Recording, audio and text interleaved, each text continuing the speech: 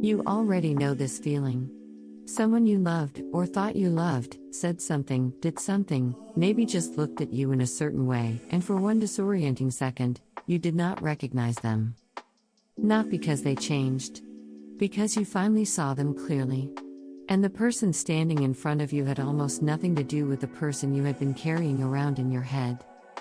That gap, between who someone really is and who you decided they were, is one of the oldest traps in human psychology. And Gatsby walked straight into it at full speed.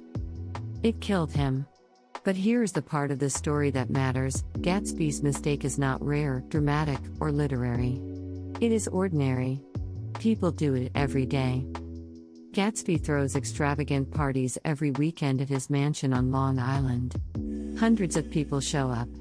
He barely knows them. He does not care about them. The parties exist for one reason. He wants Daisy to appear. Years earlier, before the money and before the myth, Gatsby loved her. Or at least, he believed he did. But the woman he lost did not remain a real person in his mind. She became an idea. She became a symbol of beauty, status, youth, longing, and everything he thought his life was missing. He did not just want Daisy back. He wanted the meaning he had attached to her. And that is where the danger begins. The mind does not fall in love only with people. It falls in love with stories. It takes fragments, a voice, a smile, a moment, a memory, and turns them into a complete imaginary person. Then it asks the real person to live inside that fiction. Gatsby does this with total devotion. He builds his life around reunion, but not reunion with reality. Reunion with fantasy. He does not want to know Daisy as she is now. He wants her to confirm that the image in his head was true all along. He wants the past to return untouched. That is why one of the most revealing moments in the novel is also one of the simplest. Gatsby is not satisfied with Daisy loving him in the present. He wants her to erase history. He wants her to say she never loved Tom. Not because this would change reality, but because it would protect his dream from contradiction. A real human being can love badly, hesitate, contradict herself, change her mind, and fail your expectations. An idealized figure cannot. And Gatsby chooses the ideal over the real, again and again. This is not just romance. It is projection. Projection happens when you take something from your own inner world, your hunger, your loneliness, your need, your unfinished hope, and place it onto another person. Then you relate not to them, but to your own reflection. This is why disillusionment can feel so violent. You are not only losing the person, you are losing the world you built around them.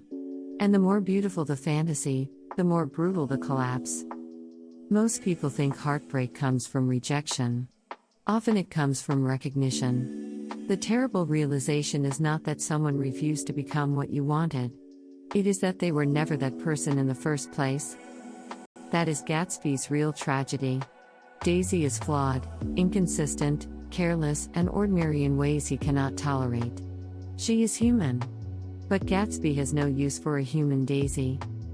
He needs the glowing one. The untouchable one. The green light Daisy. The version polished by distance, longing, and repetition. Once you understand this, the novel stops being a love story and starts becoming something colder. It becomes a study of what happens when desire loses contact with reality. Gatsby's mansion, wardrobe, car, parties, and reinvention are not just displays of wealth. They are scaffolding for a dream. Everything is arranged around making one internal image feel real.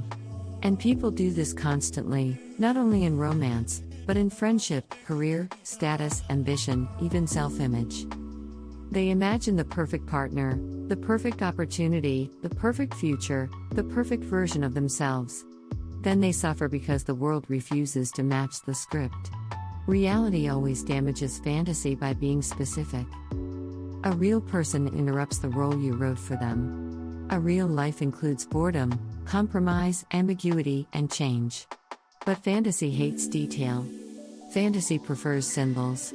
That is why idealization feels powerful at first. It simplifies everything. It turns uncertainty into meaning. It gives longing a target. But the cost is enormous, because once you relate to symbols instead of people, you stop seeing what is actually in front of you. And when truth finally breaks through, it feels like betrayal, even if no one lied to you. In many cases, the deepest deception was your own. Fitzgerald understood this with unusual precision. Gatsby is often described as admirable because he believes so completely. But belief alone is not noble. It depends on what you are believing in. There is something frightening about a man so committed to a dream that he cannot accept the evidence of reality standing right in front of him. That kind of devotion does not make love deeper. It makes perception weaker. The famous green light at the end of Daisy's dock matters because it captures this perfectly.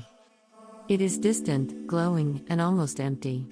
Gatsby invests it with meaning because it is far enough away to remain pure. Once he gets closer, the purity begins to disappear. This is how idealization works in ordinary life too. Distance helps fantasy. Ambiguity helps fantasy. Limited information helps fantasy. The less you know, the easier it is to worship. And the more emotionally hungry you are, the more likely you are to confuse intensity with truth. People rarely admit this to themselves. They say, "I saw something special. I knew what we had. I believed in us." Sometimes that is true. But sometimes they fell in love with interpretation. They were responding to possibility, not personhood. To potential, not character. That distinction can save you years. Because the moment you notice that you are constantly editing someone in your mind, excusing what is obvious, exaggerating what is minor, and defending an image more than a reality, you are already in Gatsby's territory. And Gatsby's territory is beautiful from a distance. Up close, it is ruin. The lesson is not to become cynical. It is to become accurate. To love someone accurately is harder than idealizing them. To admire without inventing, to hope without hallucinating, to desire without turning another human being into a private myth, that takes maturity. Gatsby could imagine magnificently. He could reinvent himself, pursue a vision, and remain faithful to longing with almost religious intensity. But he could not do the one thing that matters most. He could not let another person remain real. And when you cannot let people be real, you do not love them. You use them to stabilize a dream. That is why Gatsby still feels modern. He is not only a man in a pink suit staring across the water. He is anyone who has ever fallen in love with a projection and called it fate. He is anyone who thought desire itself was evidence. Anyone who believed that wanting something deeply enough made it true. It does not. Reality waits. Always. And eventually, it asks a simple question. Did you love the person, or did you love the story you built around them? If this made you see The Great Gatsby differently, subscribe for more lessons from classic literature that still explain modern life.